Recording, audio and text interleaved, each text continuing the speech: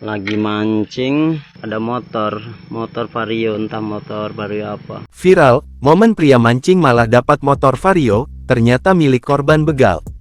Seorang pria membagikan momen ketika ia tengah memancing dalam akun TikTok pribadinya @leon011 pada Selasa tanggal 5 Maret tahun 2024.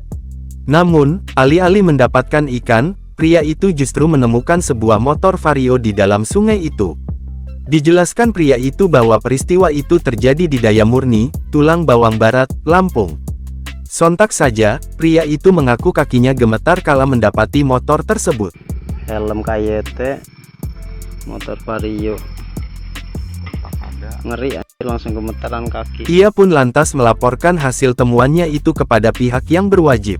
Ternyata, setelah diselidiki motor tersebut milik korban begal yang membawa uang 40 juta. Ternyata ini hasil, bukan hasil sih, ternyata ini korban begal yang bawa duit 40 juta. Kini, motor itu pun telah dibawa oleh pihak kepolisian dan dijadikan sebagai barang bukti.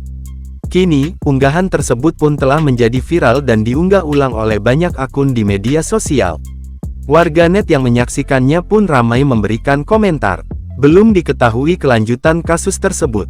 Hingga saat ini, pihak TribunSumsel.com masih mencari informasi yang lebih mendalam terkait video viral ini.